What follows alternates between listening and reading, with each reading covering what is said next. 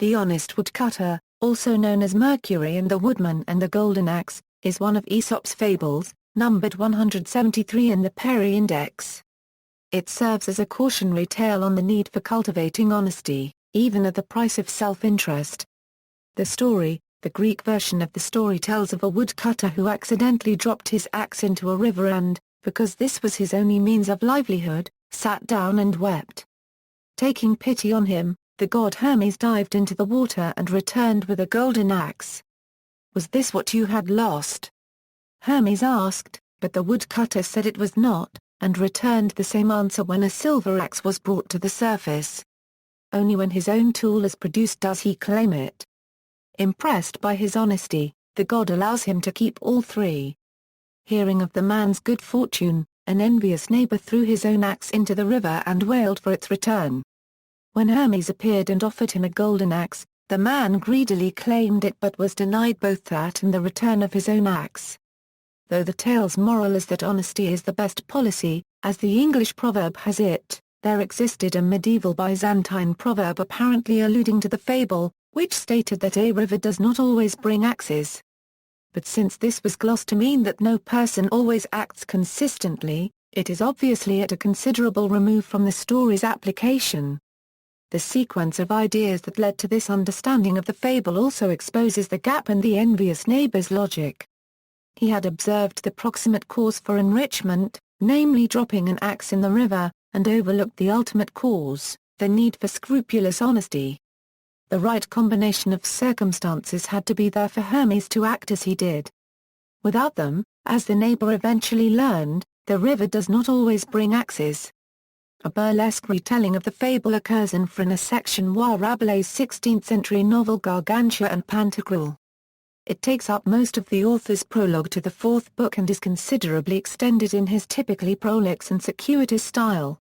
The woodcutter's cries disturb the chief of the gods as he deliberates the world's business, and he sends Mercury down with instructions to test the man with the three axes and cut off his head if he chooses wrongly. Although he survives the test and returns a rich man, the entire countryside decides to follow his example and gets decapitated.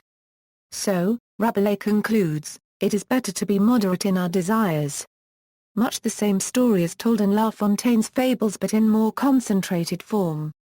However, rather than beheading the woodman's imitators, Mercury merely administers a heavy blow. The fable in the arts, some paintings named from the fable have been broad landscapes with small figures added in the middle plane. Salvator Rosa's Mercury and the Dishonest Woodman in the National Gallery, London, dates from about 1650. An 18th-century watercolour by George Robertson seems to derive from this. Charles Andrew Copyright Van Loo gives greater prominence to the figures in his Mercapra Copyright Cent Day Hatches or Barcheron in the Hartel de Soubise. In this the god hovers in mid-air and presents the axes to the surprised and kneeling woodman. Illustrations of the fable on English china ware drawn the woodcut in Samuel Croxall's edition of Aesop. A Wedgwood plate of about 1775 displays a red picture in a square, garlanded frame.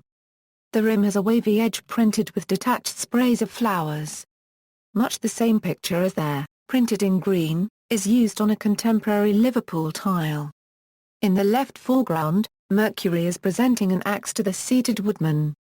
In the distance, on the opposite bank, his dishonest neighbor has raised his axe before throwing it into the river.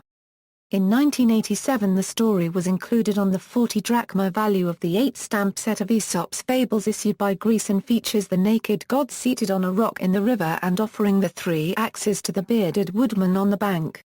Other versions, the appearance of other tellings of the story, with local variations, from Nigeria, Thailand and Tibet, seems to call in question the purely Greek origin of the story. The Thai account claims to originate from a Buddhist Jataka tale but gives no source for a comparison to be made. Since the main lines of the story in all three are the same as in Aesopic versions, one might infer that, whatever their original form, they have since been influenced by the European model. A certain kinship has also been observed between the fable and the account of the miraculous recovery of an axe from a river in the Jewish Bible. There the prophet Elisha was traveling with some members of a religious community, and when they came to the Jordan, they began cutting down trees. but it chanced that as one man was felling a trunk, the head of his axe flew off into the water. "Oh master," he exclaimed, "it was a borrowed one." "Where did it fall?" asked the man of God. When he was shown the place, he cut off a piece of wood and threw it in and made the iron float. References. External links: 15th-20th Century Book Illustrations Online, 19th-20th Century Book Illustrations Online, Illustrations of La Fontaine's Fable by Gustave Dora. Copyright